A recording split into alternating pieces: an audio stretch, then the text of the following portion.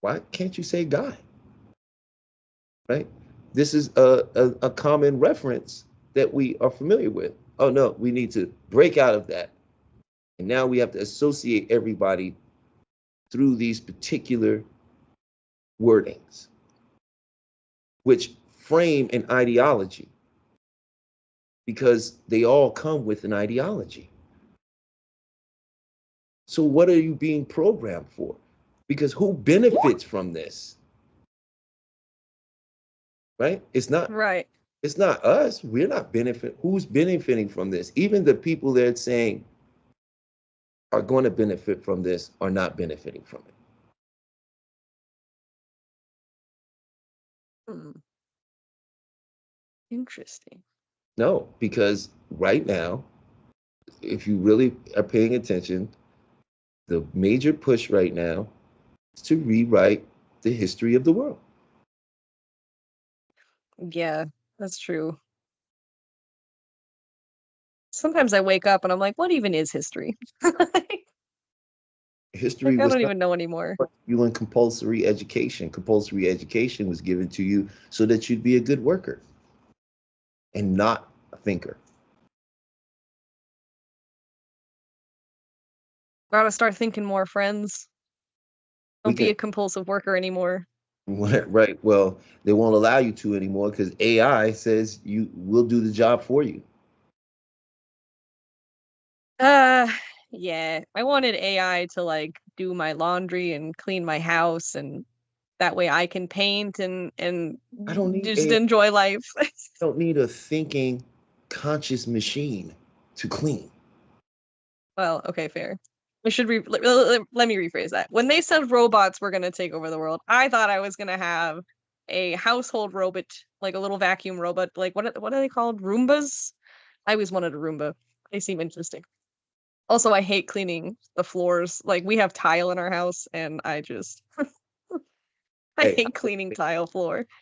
there's a difference between AI and robots. Right. We got robots. That's why I said let me rephrase. I would love to have the help of a little robot in the house, but like I don't know. I have conflicting feelings about A AI. I've had a thinking, couple of people dog on me about using AI. a thinking, reasoning machine. No, it What? needs to be my friend. In the world we live in today, you're gonna let that thing start thinking? In the world we live in today, you're gonna just put it out in the wild?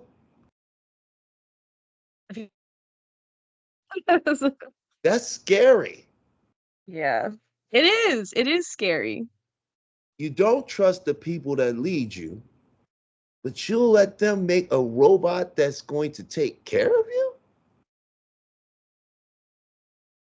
Mm.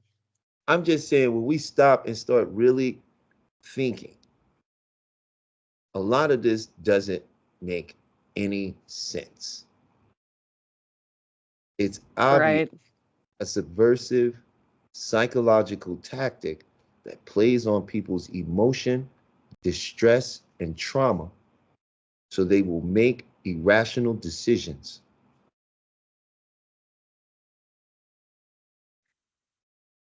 Ooh. Those are the Yeah. people you can lead right off a cliff. Lemmings. Hmm. If you're distressed, if you're hungry, if you're worried and overworked and tired, you don't even have rest in your home, ask yourself, how can you make good decisions? How can you trust that what you're thinking is level headed and rational and reasonable? As someone who's been in that position, I can honestly say I have had those conversations with myself several times. If you Earlier today was a good example. if you say I don't have any time to sit down and meditate for 15 minutes, then you can't even tell me you're in control of your life. Yeah, that's true.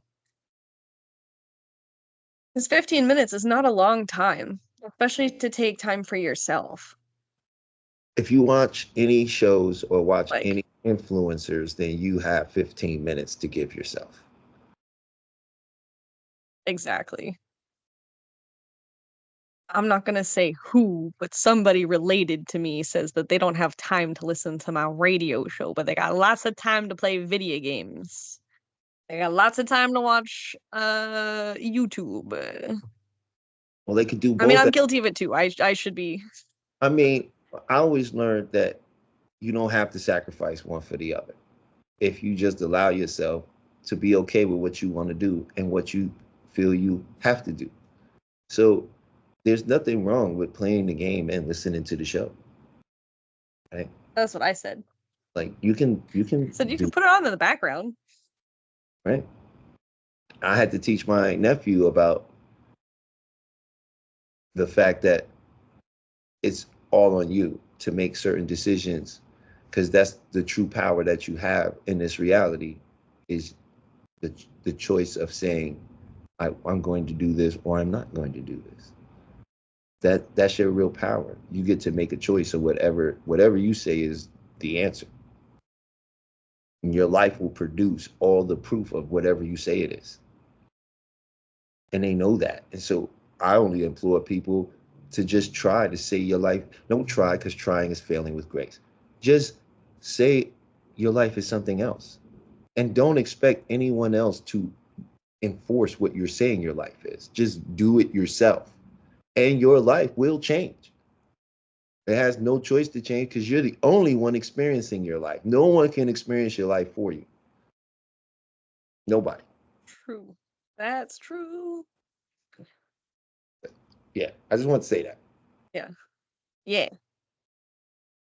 Yeah. Well, and I think that's something that a lot of I mean, like I said, I'm guilty of it too, but I think that's something a lot as per our conversation earlier.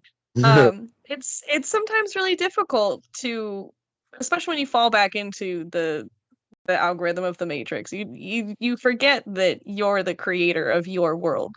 I say this all the time to other people and I sometimes forget myself, which is so frustrating for me, but you are the most important person in your life.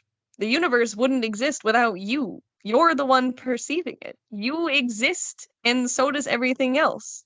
And so, if that's true, then, why can't you make the life that you want in some fact? I mean, obviously, to some degree, there are, some limitations. You can't just like wake up with $1 million. Like that doesn't.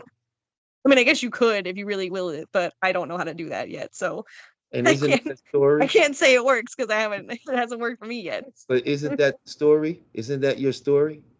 Yeah. Well, Right? okay, yeah, And that's fair. everything in your story is presented you proof of that, right? Yeah, Because that's what you believe, true. right? And that's True. what I'm trying to show people. Like, it's what you believe. It's what you believe. All your life is proof of what you believe. Your whole life is a manifestation. It's all manifested, meaning you are aware of it. That which you are not aware of is not manifested, but it exists. It's called possibility, probability. It's all there. It's all now. There's only now. These aren't concepts for you to run around in the open world trying to experience. These are concepts that happen internally and then reflect into your 3D world because the world is being pushed out from you, from your perspective. And how anyone is treating you is from your projection of how you believe them to be. When you change your belief of them, what you experience of them is different. Yeah.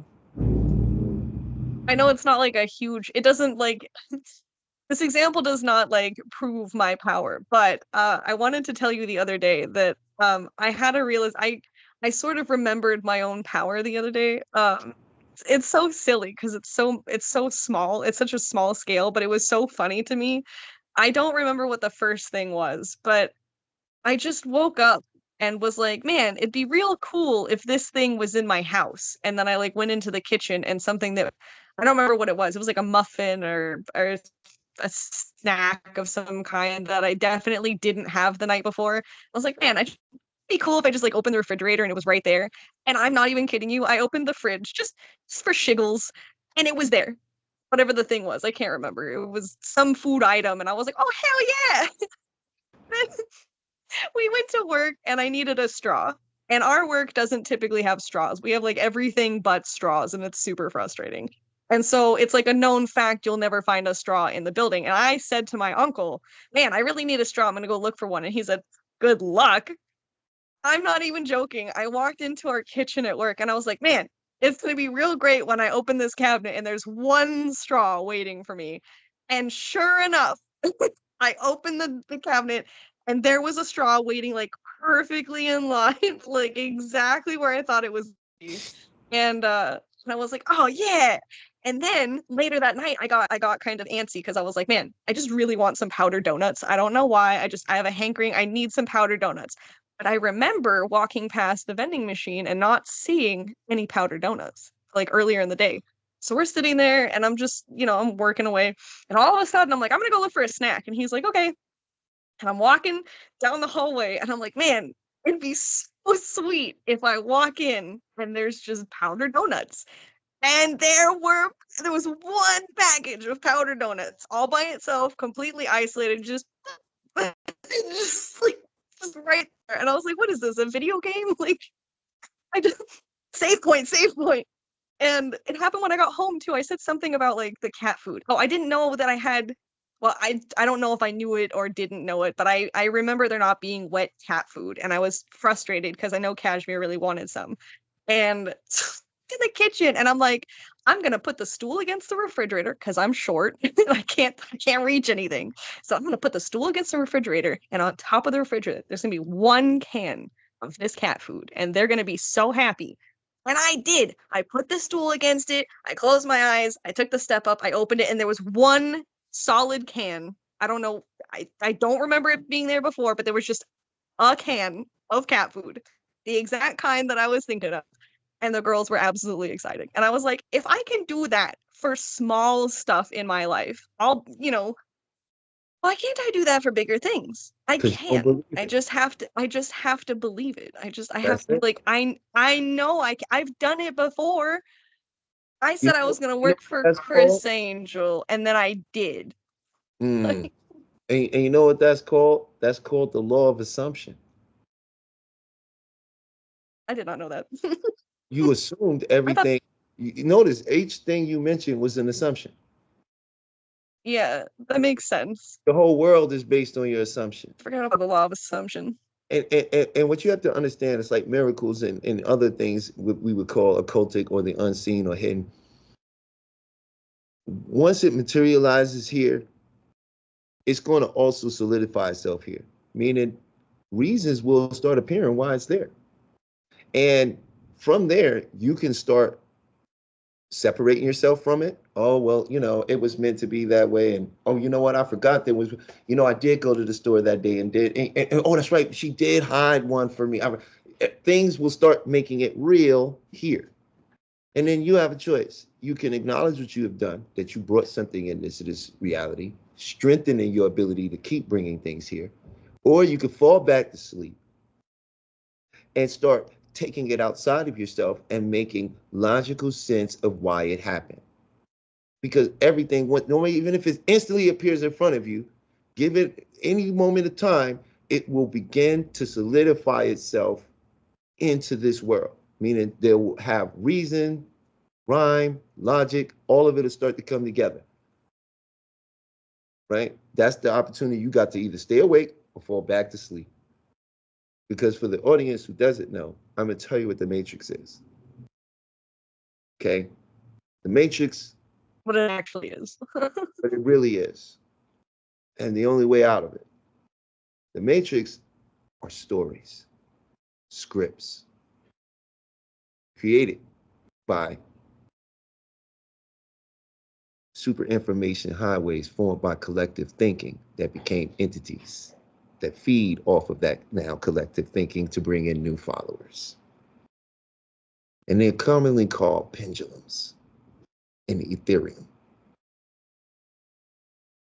The matrix is a script that is being written for you by a pendulum.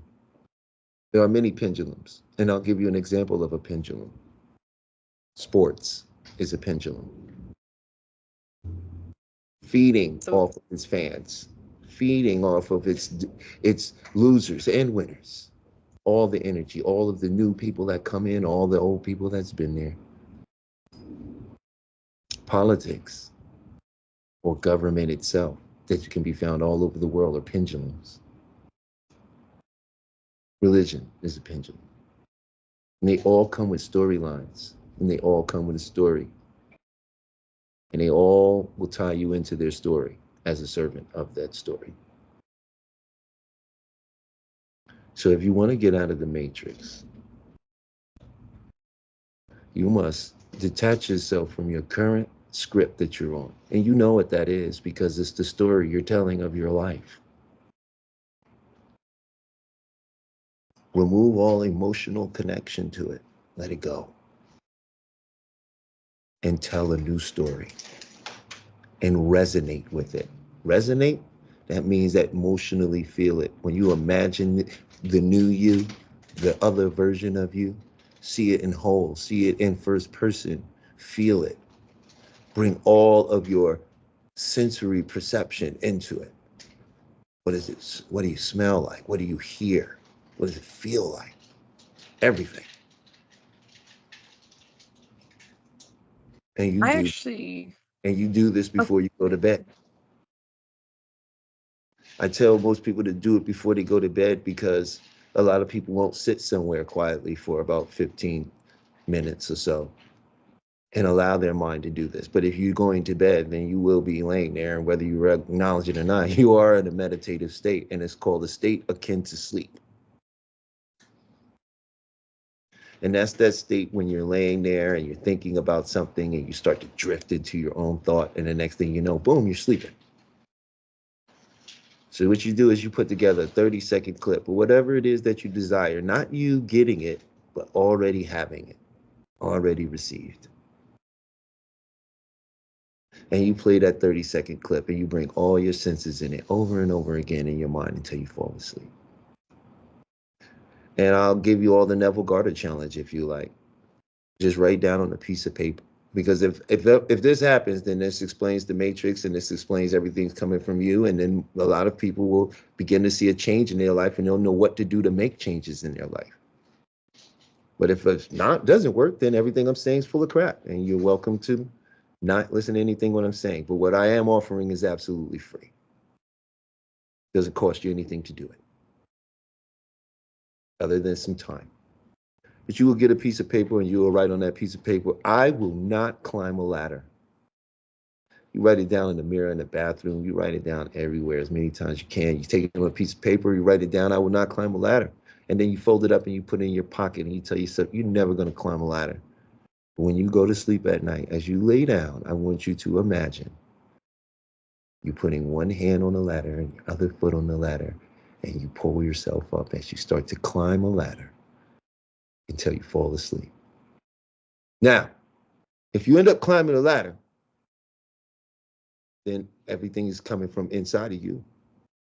Because you wrote down on the paper and you adamantly said consciously you was not going to climb a ladder. But if you find yourself on the ladder, then I'm right. Then you can do that with anything. As long I as just your had. desire does not bring harm to another. Oh my gosh, I just had an epiphany. So, kind of going back to the conversation we had earlier about, who. Uh, so I remember back in, what was it, 2020, oh goodness, 2016? Yeah. You and I had this conversation actually. I'm having like this whole flashback. You and I had this conversation because my ex Ivan had moved back to Russia and I was really messed up about it, and I was in a bad way and I was in this like crappy little apartment I had the best neighbor, but the rest of everything was terrible. Like I miss Krista. Krista, if you're listening, I love you and I miss you and you're the best thing that happened from that part of my life. Um but I remember we had this conversation and I did that. And I had this big mirror in my bathroom and I had like a whiteboard marker or something, or some kind of a dry erase type marker, and I wrote a bunch of notes to myself on the mirror. And one of them was, I will not climb a ladder. Getting it on like papers and having sticky notes and stuff. And one of my friends came over and they were like, "What? why do you hate ladders so much? Like, what is with you being like, are you afraid of them or something? And I was trying to explain to them like what we had talked about, and they just like were not picking it up. But I did the same exercise with some other things in life, and it worked. It really did. And when I would go to sleep, I would climb the ladder. And I believe it was because of that conversation. I woke up one morning and I was like, you know what? I just want to be happy. I just want to enjoy my day. You know what? I have zero expectations for my day. Whatever happens today is a good thing, one way or another. Whatever happens is interesting. It's an event. It will project me forward in some way or another. And it's not a bad day if something inconvenient happens. It's just that you had a day where something inconvenient happened. And I woke up and I looked out the window and I looked at Bagheera and we were spending time watching the birds for a minute. And I just said, yeah, it's a beautiful day out. It's going to be a great day. No matter what happens, it's going to be a great day. And the first couple of times I did that, I walked outside and was doing whatever, went to the store or went on a walk or whatever it was, and weird inconveniences happened or weird stuff happened, and I went home and was like telling my dad about it, and he took it as like a negative, and he was like, oh, that's terrible, that sucks, that's blah, blah, blah, blah, blah. And I was like, no, the day was beautiful. It was sunny, the clouds were out, you could see the Rockies, they were purple today, there was flowers growing outside my apartment. Maggie and I went for a walk. We met some kids, and then this weird thing happened. And then I went to lunch with my friend Maudie. And then, I just had all these other things. And my dad stopped for a minute and he was like, I thought you said you had a bad day. And I was like, I never said that. I said I had a weird day, but it was a good day. Like, it was a good, weird day. Like, I welcomed whatever the thing was that was happening. Like, I don't even remember. It was someone came up and said some strange things to me, and I was like, okay, whatever, anyway. And I just went about my day, but the rest of the day was great. It was just that one moment, and that's when it clicked with me personally that pretty much every day is great. You just sometimes have something that happens. You know what I mean? Like things just happen, but that thing that's happening is not the day. It's not the whole day. And like obviously sometimes you're gonna have days where like maybe something happens and you feel really sad and it's like you sometimes you have a rough day like because stuff happens and people don't always process whatever. But like I was having a rough morning. I had a very not fun night. It's my fault. I wouldn't hurt my own feelings, but then today I was like, but it's my radio show, and I was like, I'm gonna talk to Talib. I'm gonna feel better because every time I talk to you, I feel better. And I was in sort of higher spirits because I had talked to my mom about it, but I was like, I woke up and I was just angry, and I was having one of those mornings, and I was just like, "Arr!" And then I calmed down for a little bit, and I was calling you for an absolutely unrelated reason, and the second you answered the phone, I just started crying. Everything kind of like rushed back, and I had to like tell myself as I was trying to communicate that like it's just this moment. Today is not negative. It was hours before the radio show, so I was like, the show is gonna be fine, the rest of the day is gonna be fine. Like it's just this moment that we are having. And I just remember like going back and having this conversation with you in 2016. It's just funny. Yeah. It's like full circle. And what's his face was also a part of that whole thing too, like in a positive, like I like manifested that moment. But like we had this conversation in 2016, so it's funny because I was thinking about the ladder last night. That's how I calmed down. That's how I started to calm down actually. So I was like, man, I need to call Talib in the morning. Yeah, well, like I said, if you do the thing, you'll see you'll end up on a ladder. I ended up on a ladder. I have no reason to climb a ladder. I don't own a ladder. The job I did didn't require a ladder, but I ended up on a ladder. And so if you like to try it, give it a shot. See what happens. And oh, here's the music. We will be back after this short break.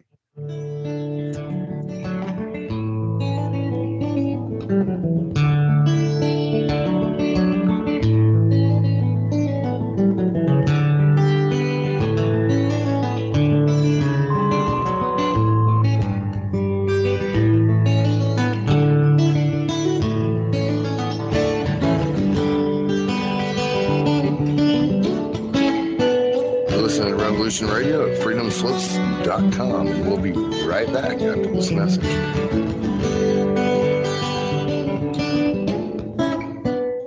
Hey everyone, it's Barbara Jean Lindsay, the Cosmic Oracle. If you have questions about your past lives or future plans, need answers from the cosmos about your love life or career, or just want to keep your finger on the pulse of the planet, check out my show, The Cosmic Oracle, here on Revolution Radio at freedomslips.com.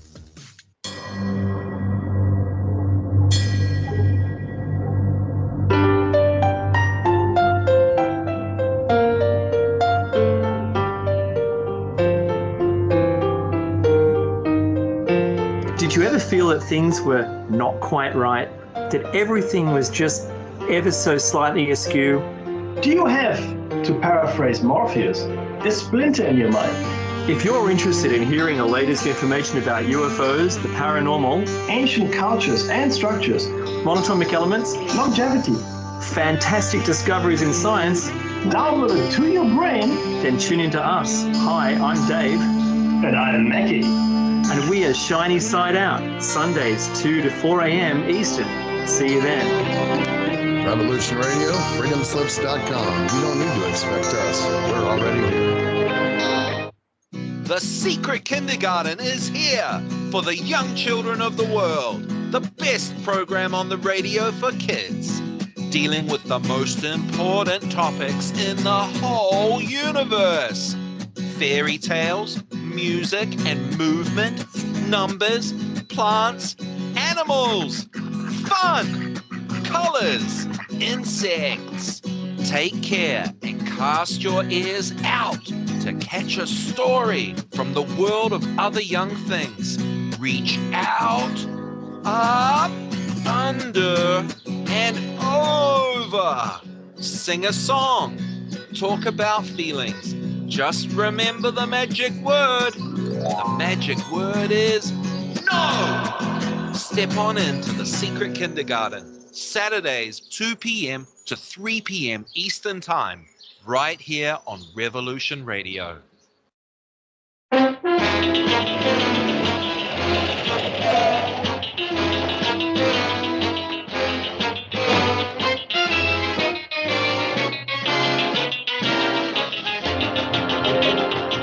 Check in every Thursday night for the Crypt Rick and Jonathan Show. Studio A, 6 to 8 p.m. Eastern Standard Time, right here at the #1 listener-supported radio station, Revolution Radio.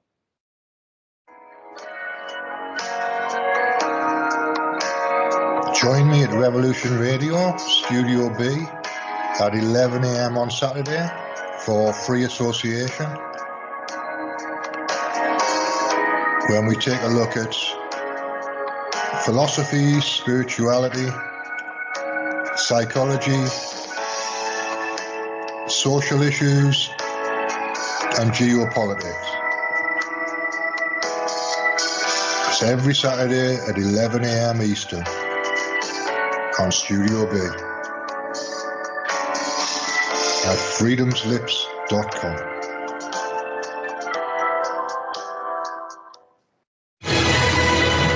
I want to thank everybody for listening to Revolution Radio at freedomslips.com, the one place where information never sleeps. Revolution Radio.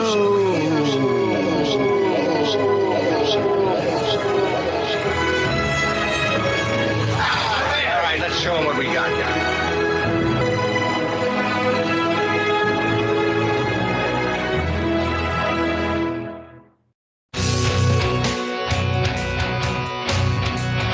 All right, thanks for listening while we took that short break here at Revolution Radio, freedomslips.com. And yeah, we're going to get back to your host.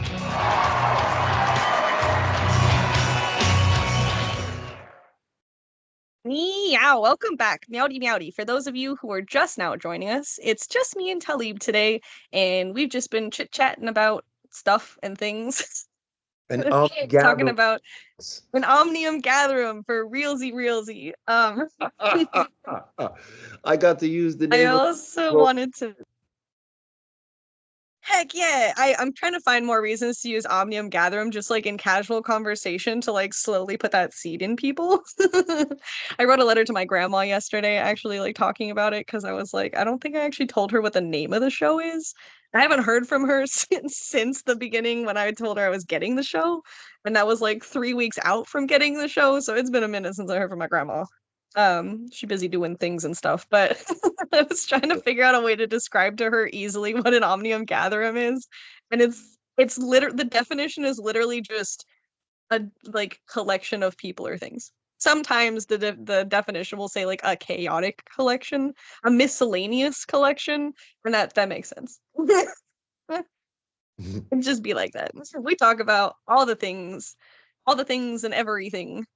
Um, Also, speaking of talking about things and stuff and whatnot and collecting people, if you want to be part of our collection and enter the Kaleidoscope with us, which I need to start saying that more, enter the Kaleidoscope, because that's the whole point. We're entering a kaleidoscope. Everything that we do, every conversation, every interaction we have is a work of art, much like looking through a kaleidoscope. And I don't know if you guys remember kaleidoscopes, but that stuff was one of my favorite things as a child. I thought they were so cool, and I've decided to make it my new summer mission to make a kaleidoscope design, like an actual kaleidoscope.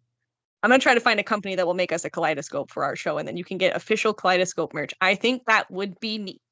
Um, but anyway, speaking of entering the kaleidoscope and being part of a collection, if you want to call in or text us, you can call in and text the number +1 205 588 8867, and that will contact us, and then we can have you on the show.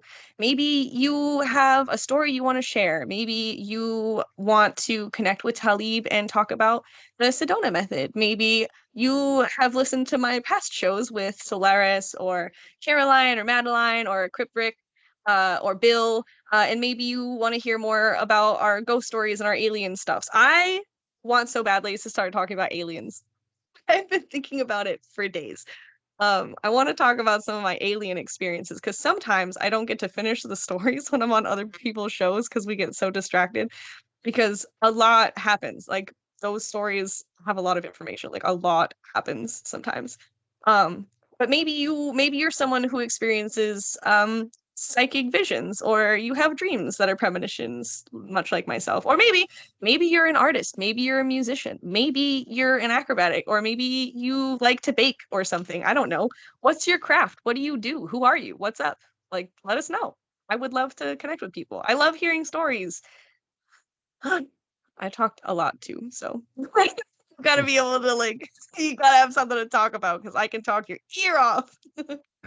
Yeah, well, I enjoy talking with you. So, and we And always, we can talk for hours.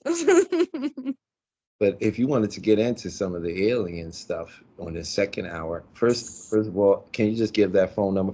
Anybody would like to call in and talk with, I would suggest that anybody up there listening, if you like to know a little bit more, if you go on to YouTube and look up MREC, and it's MRECK TV, and go into that channel and look at Heavy Gems. There's about 16 episodes. You can get somewhat of a sense of how people would call in and why they called in. And I think you might enjoy some of the content there as well, to just get a better sense of the things that I do when it comes to working with people and helping people get through some of this insanity. But yeah, but if you want to get into aliens, we could definitely do that, because I'm a firm believer that they're going to disclose everything. And my perspective, just to, is I'm an abductee. I've been abducted more times than I could count. Honestly, it's happened to me, and anyone who ever gets close to me has had an experience with these same beings that's been there since I was a little child. I do have something inside of the side of my head that has went to MRI and CAT scan for, and it's an unidentified object in the side of my head, and they tried to send me to a military neurologist. oh my gosh. But I didn't. They were like, this is something. Yeah. We don't know what, but it's something. Yeah. I've also experienced the stalking, gang stalking, as people would call it, and government interference, as some would call it. I've experienced these things. I've experienced handlers and people that are been put into your life to guide you in a certain direction to keep you in a certain state. So I'm very aware of all these very elements. That's just a little of me. We're not speaking on aliens or extraterrestrials or whatever hoax name they like to give it. I don't believe them. You will learn from some of these stories that I don't believe them. I think they're liars, personally, from my own personal experience. All lies are built off truth, so there is some truth to some of the things they may say to you or tell you, but overall, they don't really trust you with the truth. For whatever reason, I can't say what that reason is, but they'll never tell you everything because Yeah. they're not in a position to have to. Unless you step into your full awareness, then they sort of take that position of recognizing what a powerful being you are as well. Because there's been a lot of confusion because I'm going to say like this, there is no alien invasion coming. It's happened already. And they are factions of beings fighting a proxy war through humans. That's a good way to describe it. There is no invasion or aliens coming other than the Galactic Federation. But they are coming to deal with the fugitives that are on this planet. I feel like they can't get here fast enough. Everybody is like, aliens? No, I can't pay my rent, so I don't care. Well, in a minute, it doesn't matter. People didn't care before, and then they told you there's something going around hurting everybody, and you got to stay in your house. They don't. You don't care because they don't need you to care now. Remember, they're conditioning and programming you. So when they need you to, you will respond with you've been conditioned with. And they've been conditioning us for some final contact nonsense where the good guys are going to be the bad guys. The bad guys are going to be the good guys. To that upside down I keep mentioning. We're literally just upside down. We're inside out. Things are the exact opposite as they're supposed to be. And I've been saying that since I don't know. Well, I've been saying it more as the upside down since I want to say probably around the time I met you, probably 2014. I've been saying it's the upside down. Like things just don't make sense. Like the last 10 years have been so crazy. Like I don't know. So many things have happened the last 10 years when it comes to this level of experiences and things that I've borne witness to, and especially living in Las Vegas. I had more frequent experiences in Las Vegas. I had more intense and terrifying experiences in Colorado. And I thought that was weird. Because the stuff that happened in Las Vegas was like unsettling more than anything.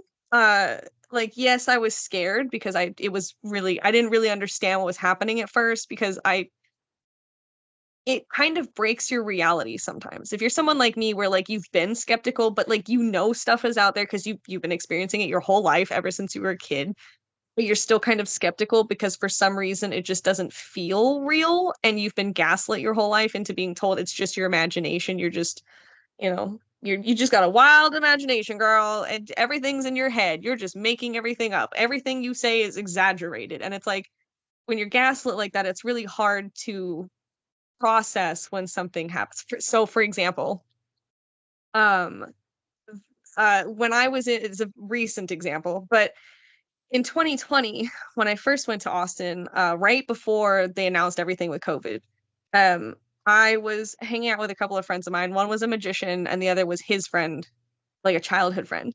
And they kind of much like Jehovah's Witnesses. They almost got me. So I was real interested. And then they did one particular thing that made me believe it was a cult. But it they were in this like new age cult where like it was a new age star seed cult, and all of them were star seeds, and they were all these star people, and they were using what do you call, like, pop words, like I can't think of the words, but just reliving it is so frustrating. So I reconnected with an old friend of mine, and his friend said that she was like a light being and she could speak like light language, and I'd never heard that before. And she had like a starseed oracle deck, and we were talking about all this stuff, and we were really connecting and sharing experiences, and I think she was a starseed. The other people that I met in the group, they were not starseeds. Like, that was not my star family. I don't know those people. They did not vibrate the same. They gave me a very intense, icky, like, don't trust this person, like, that's a snake, that is a venomous snake. And it literally felt like I had a dream before I moved to Texas about having a pet snake that attacked me. And I did have a pet snake like a long, long time ago, and it was never a violent animal. But in this dream, the whole thing was the snake kept attacking me, and I just kept trying to make excuses for it and saying it just doesn't know any better. And it was really bizarre dream. But then when I was in Texas, I was around these people that I kept making excuses for, saying, "Oh, they maybe just don't know." Because I would think of Solaris, and I would think of Misha and you and some of the other folks that I had met through some of the UFO support groups, the abductee support groups, the MyLab and MK Ultra support groups that I was in. And just the buzzwords, that's what I was looking for. These people were using like buzzwords. They felt like the reptilians that were stalking me and Ivan. And it was just like it was just this weird entity suddenly, and all of a sudden it was like a mask came off and I could see them, and they looked just like the beings that I was having issues with around the time that I met you and when Ivan and I were first dating and living together. And they, to me, and I've seen them numerous times, there was a time they abducted me in Colorado even, they just had these, I don't know. They almost look like cartoon alligators. Not like literal cartoons, but they don't quite look real, and they just have this I always call them Godzillas, but they're not. I don't know how to describe it. It's a reptilian-ish face. It's kind of long, like they have a little bit of a longer snout, and it's kind of like a flash. It's almost like a glimmer. Like, you're not quite sure that you saw it, but when you see it, you can't unsee it. You can't like unsee that energy, and it suddenly just feels dangerous to be around them. And I remember them saying like, "Oh, yeah, the Galactic Federation's coming, and oh, ETs aren't here to hurt you, and that's all lies. None of them are lying to you. They love us, and if it's not full of love, then they're not real, and you're just, you're just fearful, and you just don't know what you're talking about." And I'm sitting here going, man, first of all, the trauma that I have from the experiences that I had, they were not fun. They were not exciting. Like, I remember being vivisected on a surgical table. Like, I watched them cut me open and move my insides. Like, I remember that vividly. I remember being put in situations where they were testing our abilities, our telekinetic abilities, our abilities to sort of move through higher dimensions. I remember meeting you on the spaceship. Like, that stuff is burned in my memory, the same as when I first learned what a sandcastle was, and I remember putting my hands in sand for the first time when I was like 4. You know what I mean? Like, it's a core memory. It's in me. And they're sitting here saying, "Oh, all aliens are really just love and light, and if you can't love and light, you're just negative, and you're just living in the shadow." And I'm sitting here going, "What are you talking about, man? That's not how it is. You don't meet everybody outside on the street and everybody's your best friend. You don't have a great experience with every single person that you interact with all the time because everybody just loves you.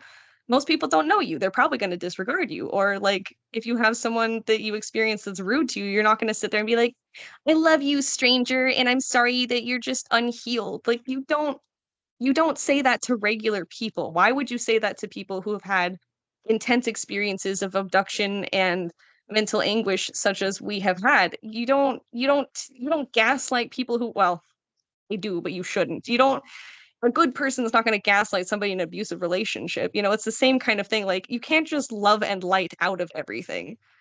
Well, And I don't agree with that. I think you can love and light out as only love.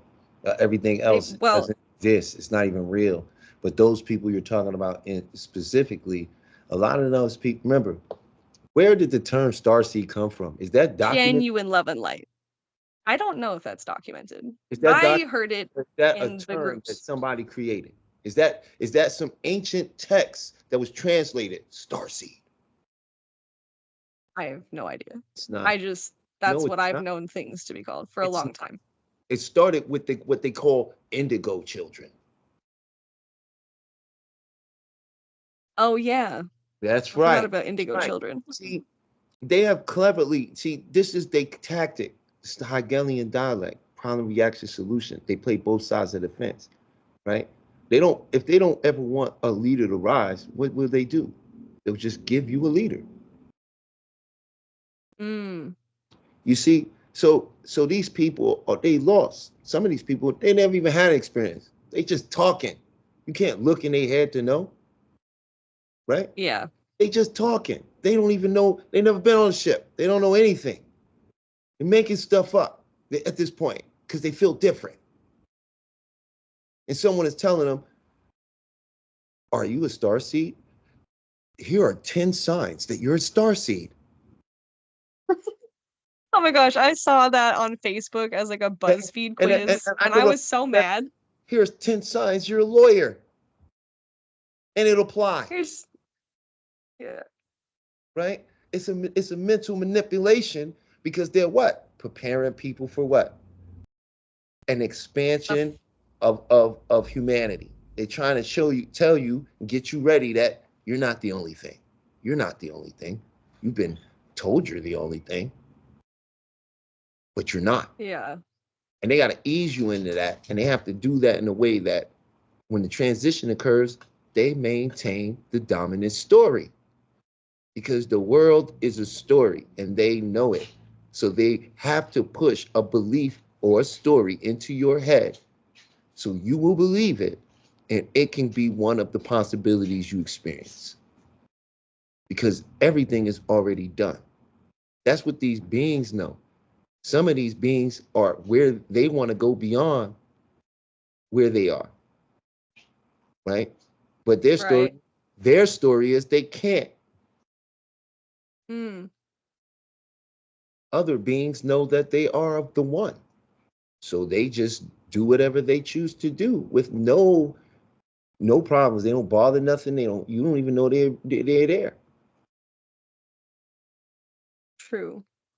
Let me rephrase. It's not that you can't love and light out of situations. I should have put it in quotations, not that people on the radio could see, but the toxic positivity people, the people who say they're spiritual, but they refuse to actually meet their shadow self, the people who are all talk and no action, those are the ones I was referring to, where you can't just like love and light out of everything. Like you have to face things with, But that's not love. You have to or light. What they're doing. What they're doing isn't right. light. It is a false love. It's a false light. Right. Right. And I had never really experienced that firsthand. And so well, okay, fair. It was my first time seeing people who lived a lifestyle I thought I was striving for, which also connects back to who, because he kind of had that same not the spiritual love and light, but just avoiding conflict at all possibility and not acknowledging that like you're not practicing what you preach. And it was funny because my friend called one of the other guys out one time for being really contradicting to his lifestyle versus how he like the way he talked about it versus how he actually lived. And they all kept talking about like they saw these beings and they have these experiences. The more I was around them, the more my beings started showing up. Like I would get super freaked out because I would see them and then it was like I'm around people I don't know very well and they don't see this. So then I started thinking maybe I am crazy. Like maybe I've just been around people who are enabling me to feel crazy. But then one of them noticed something in the house. Like they heard something like fall in the kitchen or whatever. And I was like, so remember when I said that stuff? Like if you really want to know, if you're really sure that you want to be involved in this, like it's waiting. It's just right there. Like you you go right ahead and you try that out. But I would really like to not. I don't want to engage with it. I don't want it having any access to me. I don't know what's about to happen. The last time this happened, I got zapped by this like laser staff, and my friend almost accidentally like smothered me because he thought I was having a seizure, and I was like screaming and like in a completely different place. And then we were both abducted, and then he told me about the aliens that I had never told him about. And so I was having this like flashback, and I was like, guys, I don't think you understand. Like, this is not fun for me. I don't have like a bestie relationship with these beings. Like, that's not how my experience has been. And they were always like, well, I've only ever had love, and they've only ever been my best friend, and we can wear like flower crowns. And I'm sitting here like, man, that must be nice, because I've been part of building ships. I've been part of like weird mind control tactics. I've had them test very bizarre, like I don't even know how to describe it. They've done weird tests on me. I've been tortured. Like, it's, you know, it affects my family. It affects my real life. Like, this is not fun in games to me. Let me share something with you on that. One is, that's not just the aliens. I'll tell you that right now. That's the government. And I Yeah. don't care. I'll say it, right? Call me what you want. Half people won't believe it anyway. That's fine, right? But go watch the show I told you about, and then come tell me how often I've been wrong. That's the government. ET's technology don't require them to use a blade and no device to cut you open. They don't have to do that.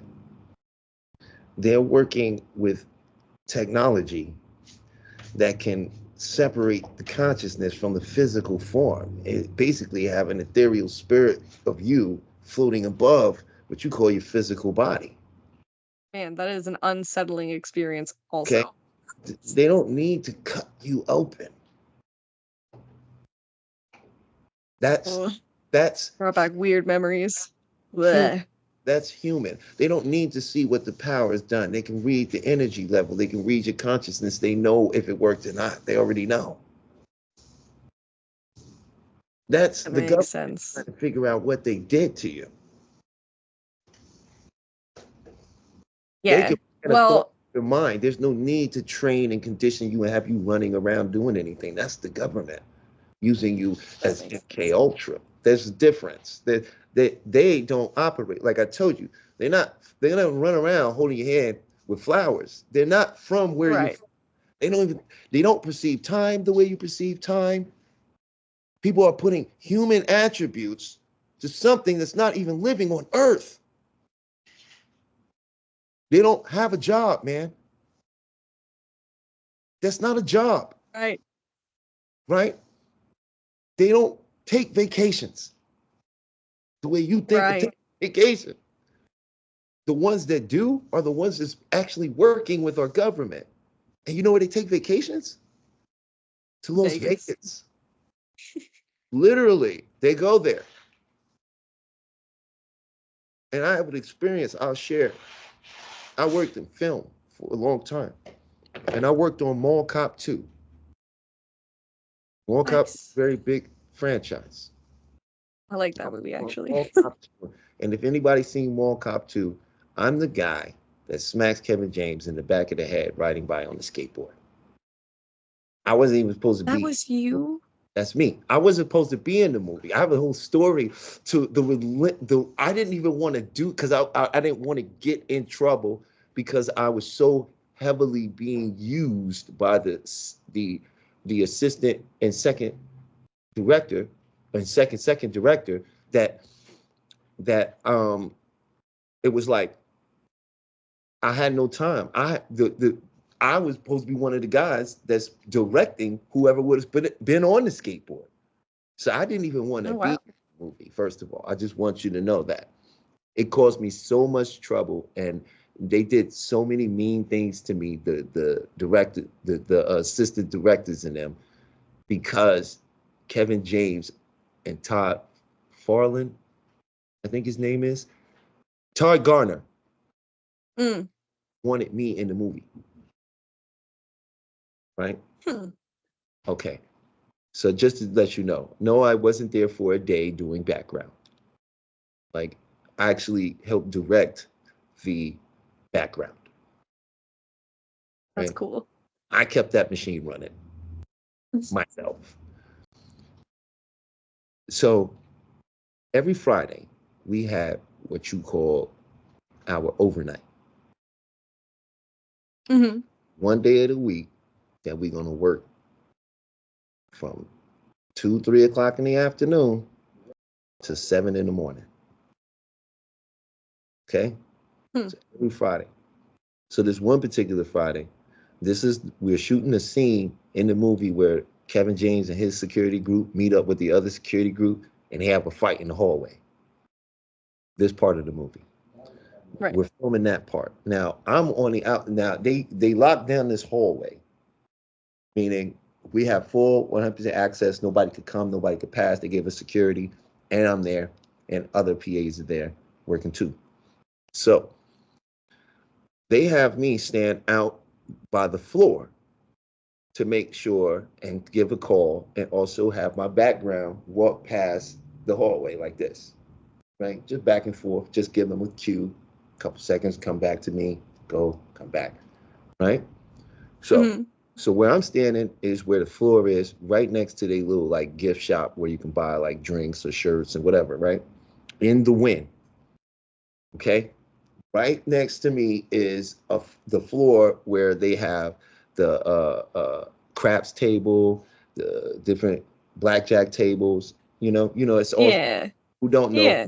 Things are squared off in these science sections. So you'll have a section of dealer gambling, another section of dealer gambling, and they usually court that off to 2 to 4 areas, groups.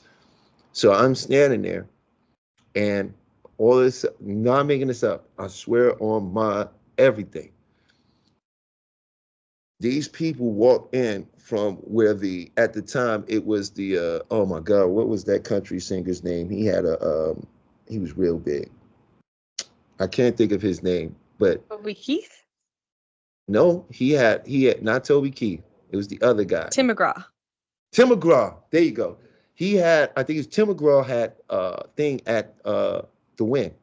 He had his own Yes. residency there. Okay. Yeah, I think so.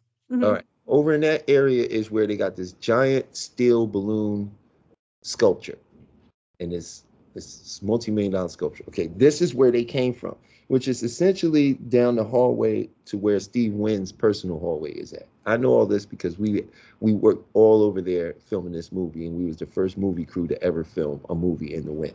So we have full access. That's cool. Okay.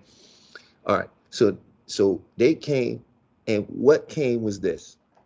First, it was 3 o'clock in the morning. Okay, it's dead night. It's very dead now. Not many people are, and it's people in there, but it's not a lot of people. People moving about, going to their rooms, or late night gamblers, but not a lot of people. Right. 6 guys in black suits, all above 6 feet tall, above 6 feet. So we talking 6'2", 6'3", 6'5", big men, 200 pounds and better. Black suits, glasses, earpiece. Oh They my come gosh. over to the pit boss. The pit boss, whoever was left there, they clear it out. They left one dealer. They made all the other dealers leave.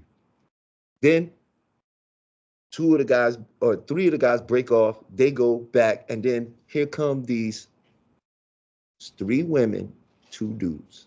They tall, very tall, blonde hair, big blue, big eyes. They dress like they're going to a fashion show, but one of those real gala fashion shows where the clothing just looks like something right out of a sci-fi film. Like nobody would wear that anywhere. Okay? Wow. The men had on these, I could only describe as up to the neck, latex tight, like bodysuits. Cannot make this up. They come over to the table, and the Secret Service 6 dudes, they all take a point around the table, and one of them stays with them. The one dealer goes from each game and deals for them. I didn't know one dealer could do all of the various games. I always thought if you trained to do blackjack, then you can't go do baccarat, right? Right. I mean, I thought that same way. Right. But this one dealer was going literally to every table they wanted to go to. Right. I get the strangest feeling. The woman is looking at me. Right. But I'm telling you, I'm trying not to stare at them at the same time. I have to pay attention on my earpiece radio because they're telling me when to hold, when to go, when to send people, we cut, we're rolling. I have to pay attention. So right. I can't split my focus on what the weirdness I'm looking at. I have to tune into the movie thing. But then it's like a thought, like a image started splashing in my head. And I turn around and they just smiling and staring at me. And I'm like, they look off. Big eyes, they look strange. I cannot make this up. Then I say about an hour, we still shooting the scene. This is going on for a while because we have the stunt people in, and it's not just Kevin James. It's actually the actual stunt people that have to do the routines. So it takes longer for us to actually shoot that stuff. Right. So the guys come, they're still around them. One of the dudes on the corner break off. He says something to the dude with the group. He says something to them. They all move back and they leave. They go back the way they came. They completely surround them. They just walk in like funny in the air. It's weird. And when they leave, now remember, we did this movie because we worked there for like 3 months filming there. So I knew all the staff, all the pit bulls, all the managers. I knew everybody because everybody was like, y'all making a movie. This is so exciting. Everybody wanted to talk to us. So right. I asked the pit bulls, I said, bro, come on, man. What was that? I'm sorry, but he said, I can't make this up. I mean, I could, but I'm not. Okay, let's just say that I am not. He said to me that, yeah, those is tall whites. You know, aliens. They gave me goosebumps. They are from Area 51. They love to come down and gamble. He said, you could tell anybody you want. I told you that, but nobody will ever believe you. Oh my gosh. What? I mean, he's not wrong though. Like, oh, they gave me goosebumps. That made me think of Misha. So that wasn't even the freakiest thing that happened during that movie. Oh my gosh. I'll tell you this, Kevin James travels with bishops from like the Vatican. Oh my goodness. What? Yeah, he fly them in. He held mass every day on set. Wow. That's fascinating. What did he know? That's right. I was gonna say, what does he know? Gets creepier. So one time, like I was the guy when they doing this, I got to take the main actors to see the priest. It was my turn to take the guys to the priest. I didn't want to go because everybody that went came back and was different. Oh my God. I'll give you an example. There was one kid there. I'm not going to say his name. There's one kid there. He was a little raunchy. I mean, it was funny, but you know, he cursed. He liked looking at girls. He was a bit over the top, but he wasn't. I mean, he got the job. He did his job. Mm-hmm. You know? He went to see them. He had to take one of the talent over there. He came back and he wasn't the same person. He didn't curse no more. He was like born again almost. Like it was like paw snatch. Like he was a different person. Is this just one bit? Man. I don't know. So okay, so now it's my turn. The kid in the movie who plays the boyfriend, Kevin James' daughter. Mm-hmm. The Wizards of Waverly. Oh, okay. Okay. I have to take him to the date. I'm very reluctant because I'm like, oh, I don't know what they do. I don't know what's happening. So I go inside. They've rented like what essentially is inside the Wynn, they have a whole wedding chapel. Mhm. These special suites and everything. They rented these suites so they could hold mass. These things are expensive, man. Trust me when I tell you, it's expensive. And so we come in, I take him over to the casino where we meet the father, the bishop dude. I'm not saying his name. Okay. He's like, oh hey, he's like, hey father, look, I got the cigars. He's like, and I'm so excited for mass today. I just can't wait till we see mass. He see me. He's like, yeah, okay, yeah. He's just like this whole weird energy takes over. Weird. So now I'm scared. Now I'm almost getting scared because I'm like, what the world's happening? We get on the elevator, and I'm really nervous. He's standing. He's on the priest is on the right by the buttons of the elevator. Okay. Kid Waverly is on the left. I'm standing behind them, like centered between both of them, not standing behind one or the other, just in the middle. Let me tell you, I'm getting nervous even talking about this. I can feel it. I'm like, my heart is racing, my palms are sweaty, mom's spaghetti. Look, he goes, okay, Father. He said, I'm so excited for Mass today. I've really just been looking forward to this all week. He's like, yeah, we can't do it today. I'm like, what? I don't say nothing. I'm not trying to be quiet. I'm just trying to be in the room, you know? And he's like, why not? So the priest looks back at me and goes, I'm tired. I just exorcised Loki from a house in Alabama. Oh, what? Wow. And he looked at me. He said, yeah, we can't do this today.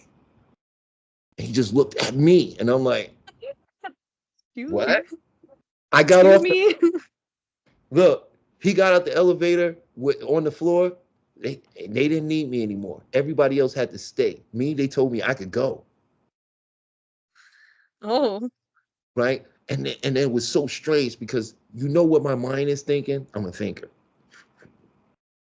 What do you mean you exorcise Loki out of a house? He's not a demon. He doesn't subscribe to Christianity. How does that work? Right. What? How's that? Why did he say that?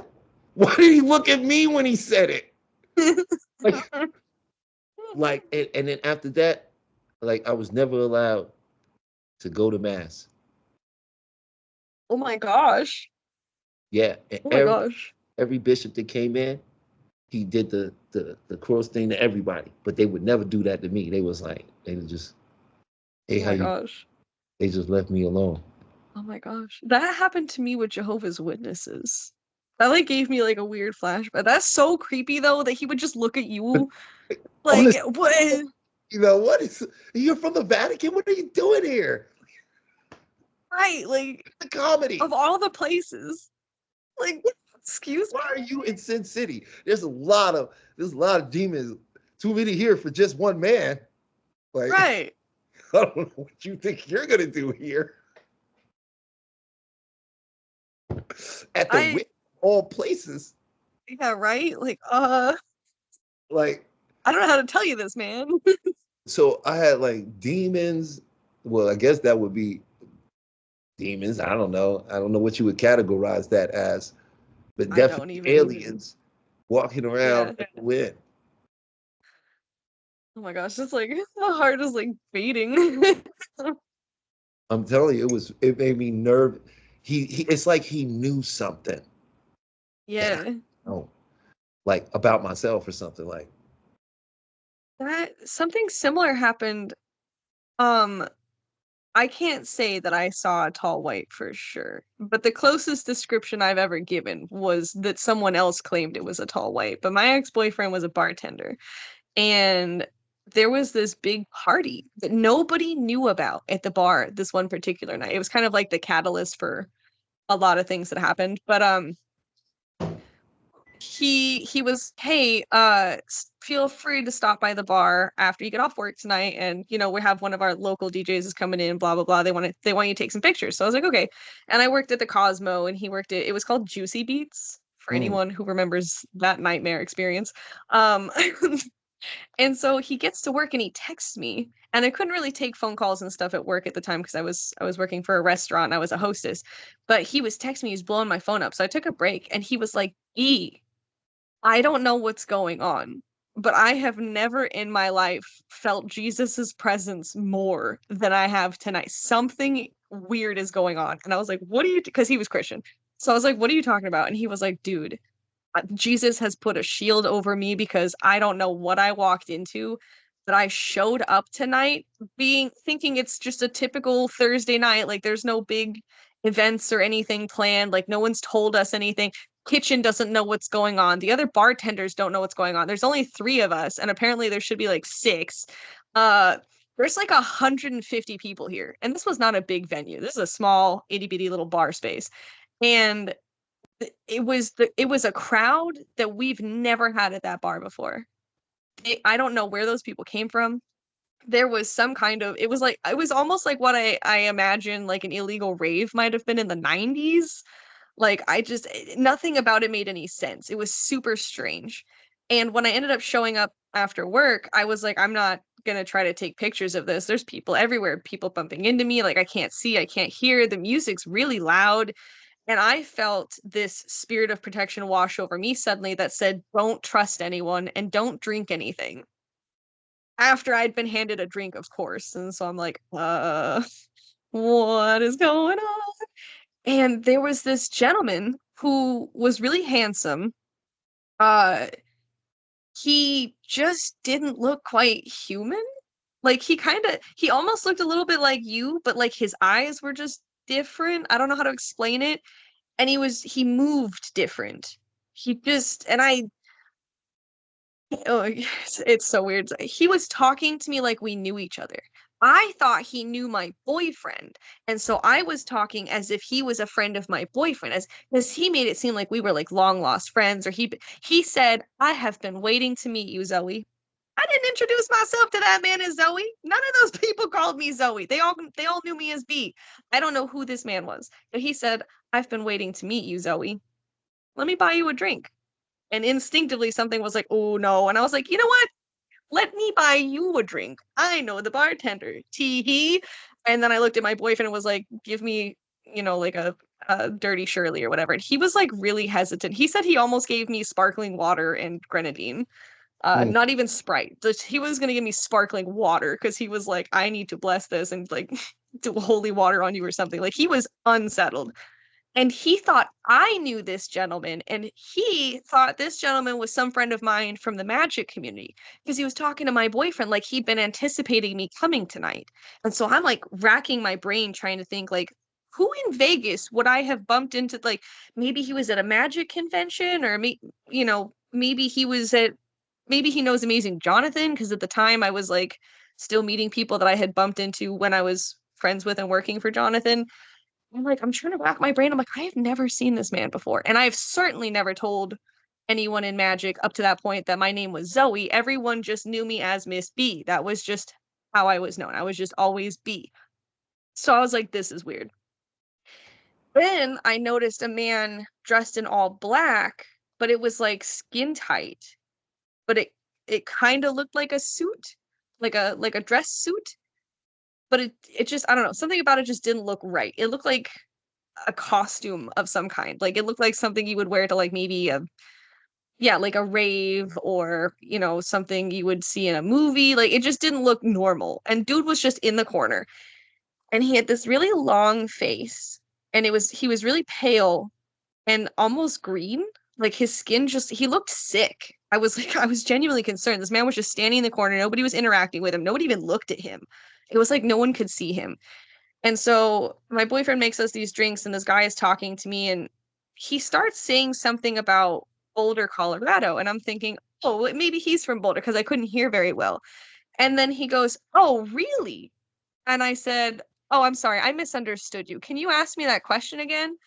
And he asked me if I knew where to get some kind of a drug. And I didn't understand that's what he was saying. So initially I had said something like, "Oh, yeah, totally." But I was trying to just, when you're like, you think you're hearing things, and people, you think if you say, "Oh, yeah, definitely," they'll just like stop talking or like move on with the subject or something, but he thought I was answering a question. So then he took me outside and I looked straight up in the sky and I saw what looked like the remnants of a ship. Like I saw like lights and like the outline of a ship and it kind of faded away. And it was kind of a donut shape. Like I was underneath it. And the dude, he was looking up too. And I remember he turned, I had a wig on at the time. I remember he turned around and he was like, I knew you were gonna be one of those mixed kids, but I didn't know like, you know, it was gonna be like this. And I went, oh no, I'm white. Like my parents are white. And he goes, I didn't say anything about your race. And I was like, oh, okay, what does that mean? And he looked me dead in my eyes, Talib. I'm sorry. He looked me dead in my eyes and he was like, you had a mixed kid, you are a mixed kid. Like you're not a full, this is not your world. You're not from here. And I remember like my heart is like beating so fast right now. I remember him just like looking into me and being almost like he was there during some ET abduction that I'd had. And I was so scared. And I suddenly turned right back around and ran back into the bar. And I was talking to my boyfriend, and he was like, yo, there are demons here. He's like, I've never really seen aliens, but there's aliens here. He's like, there is some spiritual something happening. Like, I'm overwhelmed. Like, I cannot hear Jesus right now. Like, I'm unsettled. I want to go home.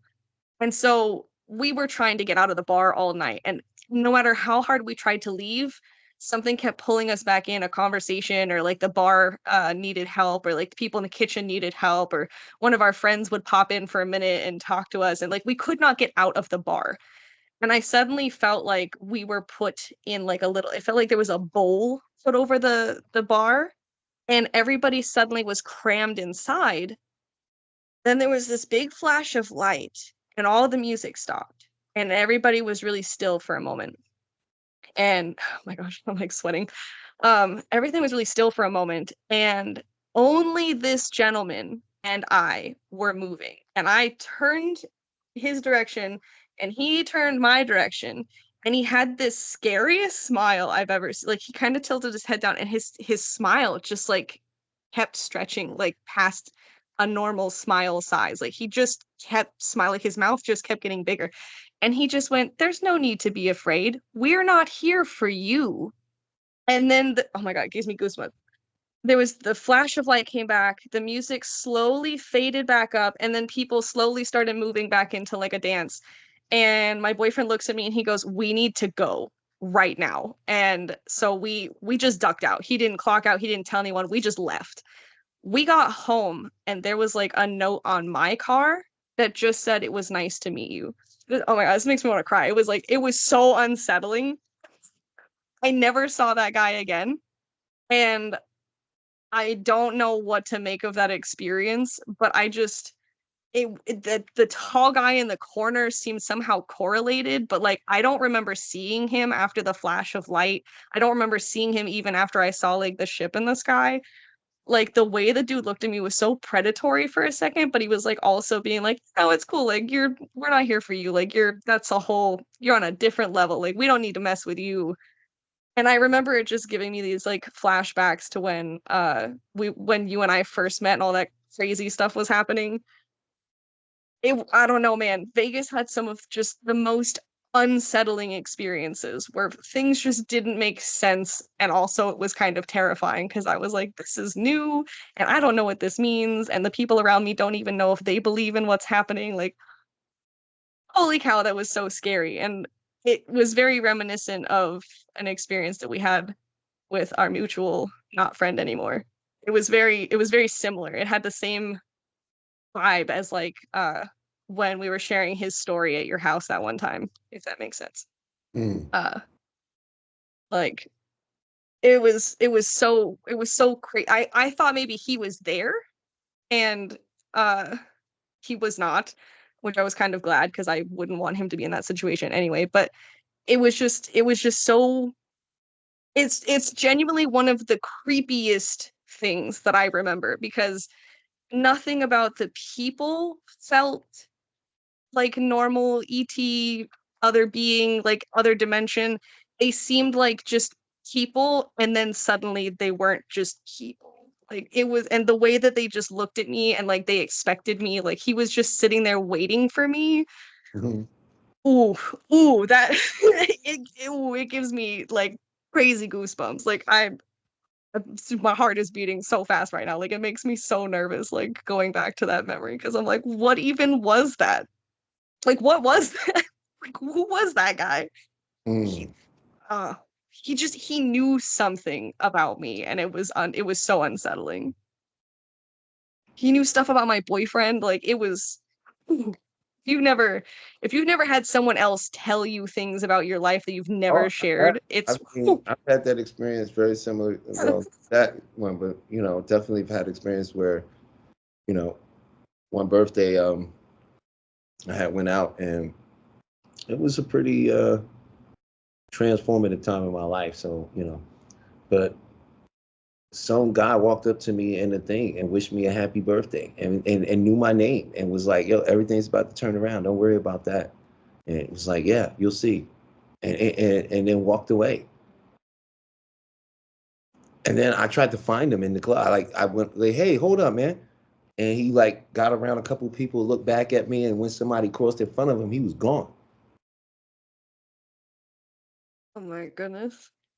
That gave me goosebumps too. I had it in New York. I had it happen to me here. I met a lady who said she had been waiting for me, and she gave me a whole thing with like a whole meditative thing with crystals and everything. She said, "This, I was told to make this for you." I did that to someone once. And That was the weirdest. literally an entire kit, had dragon's blood, had everything in it, everything, feathers, a rabbit rug, the whole ship, kid caboodle. That's cool. I think probably would have been worth about Weird. $800, maybe Holy 1,000. cow. Count all the crystals and all of the herbs, spices, and various minerals she put with it. She was like, "This is for you. I've been waiting for you to come." Okay. I just go along. From like I said, like this been happening to me since I was little. Even my mother knows this. When I was a kid, and then staying in Virginia at the time, they used to abduct me a lot, and my mother and them would not believe me. And one night, on a Friday night, we was watching movies, and the lights went out, and it was somebody, looked like three kids. They thought it was kids running around the house, and she thought it was children. And her and her boyfriend at the time went outside to confront them, but only she came back because apparently the beings took him, and Oh my gosh. and she was screaming. And as she held us, they came in and they did something, and all of a sudden, everybody's sitting back on the couch again, watching the movie, eating pizza like nothing happened, and I'm the only one who remembers. And for years, we even had regression therapy done to Yeah. and came up, and her boyfriend from years ago, I had actually spoken to him not too long ago, and he was like, I just wanted to tell you that, yeah, what happened, that I know it wasn't kids, and those three little things, they took me and they were looking for you. Oh my gosh. so, so like, yeah, it's real. And I can't believe these 2 hours went so fast. I know, I It, was like, oh my gosh, we're almost at the end of the show already. I have so much I still want to talk about. I want to thank everybody for tuning in, and remember that we can't do this without you. This is a public sponsored show, but that survives off of donations. So we want to ask everybody to donate to the station to keep great content and the rest of everyone else's great content going and coming to you. Absolutely. Yes, thank you. That was great, Telly. Thank you for being here with me today. As always, thank you for being my co-host. And thank you to the listeners for tuning in. We love you. If you want to catch ways to contact us and be more in touch with us, you can also go to my website, missbii.net. That's MISSBII.net. And you can see stuff with the radio shows and our YouTube channel, which we're gonna try to do something with YouTube today. And yeah, it's been really exciting to do the show, and I hope you guys really enjoy what we've got. And I can't wait to come back next week and share with you guys Greg and the Bourbon Brothers. And I hope you all have a fantastic, magical day. I love you, and we'll see you next week.